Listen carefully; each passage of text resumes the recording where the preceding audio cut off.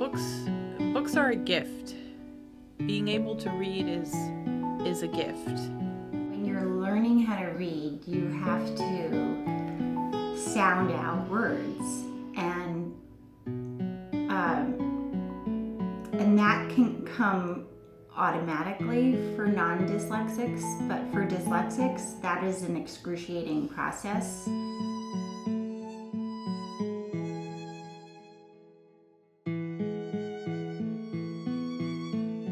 We moved to Israel in '86.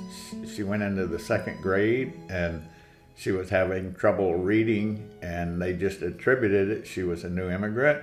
Hebrew and English was confusing and everything. And then in the fourth grade, they knew there was something more serious, so they had her tested and found out that she was dyslexic.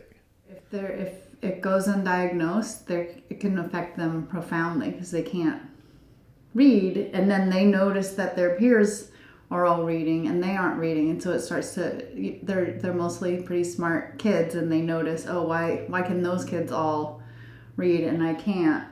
Even though Rivkah was challenged with reading, we read together, we read stories together, and the fact that she loved books and she loved the stories, also it was encouraging for her to say, I'm going to conquer this, I'm going to start reading. I just love stories so much, but it was such a struggle that the only books that I would read were books that I already knew by heart from the amount of times that somebody would have read them to me. So I already knew every word, and I could sort of, flip the pages and look at the pictures and know what was written on the page. I think that Jane Austen's books can be entrance books. Usually there's a first book that really taps this idea that reading is a satisfying experience. Yeah. And so I think Jane Austen is a great example of an author that pulls people into the world of literature. And I found Pride and Prejudice in my cousin's room.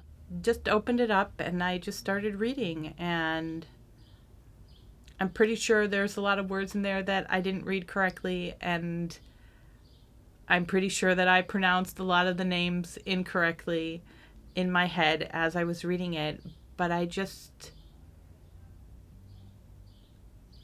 there was something about it that just captured my imagination, and it made me not care. It made me not care that I couldn't read right.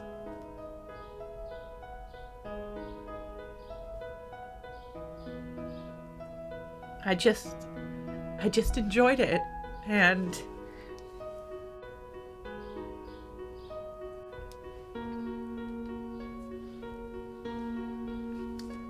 it was the first book that I feel like I read on my own. Like for me, I can't imagine living without reading. It's such a big part of my life. But it was certain books that pulled me in, and I think for dyslexics, that connection is even more important because there's more. It motivates them. It's just harder work. There's more struggle. I don't know where I would be if I didn't pick up that book when I was 12. I don't know if there is another writer out there that would have inspired me